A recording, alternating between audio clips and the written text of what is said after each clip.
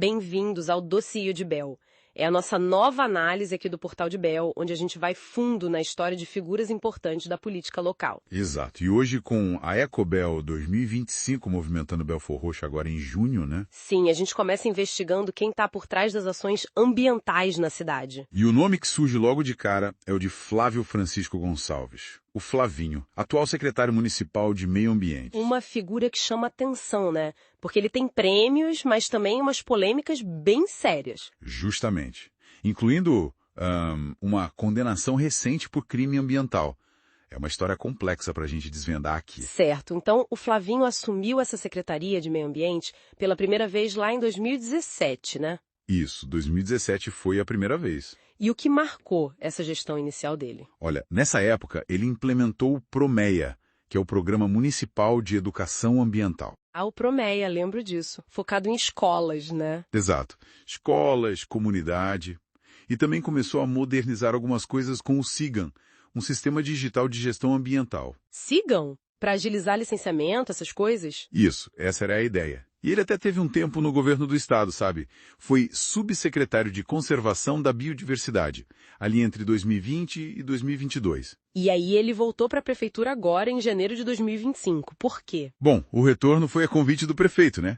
E desde que voltou, um dos focos tem sido aplicar o PROMEA de forma mais, ampla nas escolas municipais. E isso teve algum resultado prático, tipo financeiro? Parece que sim. Uma das fontes que a gente consultou indica que ajudou a aumentar o repasse do ICMS ecológico para a cidade. Ah, o ICMS ecológico, aquele incentivo para quem cuida do ambiente. Esse mesmo.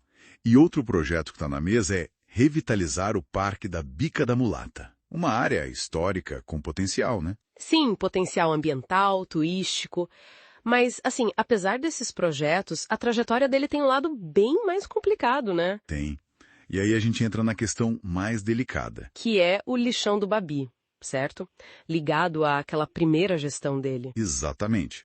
Em 2017, na primeira gestão, esse lixão que fica numa área de proteção ambiental, a APA do Alto Iguaçu... Numa APA, mas não deveria ser protegida? Deveria, mas ele voltou a operar ilegalmente e o Ministério Público do Rio apontou consequências muito graves. Tipo? Poluição do solo, da água, do subsolo, um risco social imenso para os catadores que trabalhavam lá, em condições péssimas, degradantes mesmo. Nossa. E a perícia considerou a degradação ambiental, irreversível. Irreversível? Caramba, isso é muito sério. E teve consequência na justiça? Teve.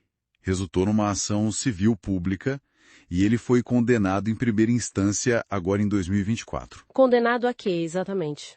A pagar uma indenização por danos morais coletivos.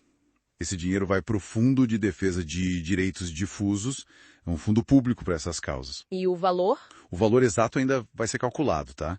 Na fase de liquidação. Entendi. E essa história do lixão repercutiu muito, né? Lembro de algo dele em Brasília. Sim, teve bastante barulho. Em janeiro de 2023, o Flavinho foi nomeado diretor lá no Ministério do Turismo. E aí? Durou pouco.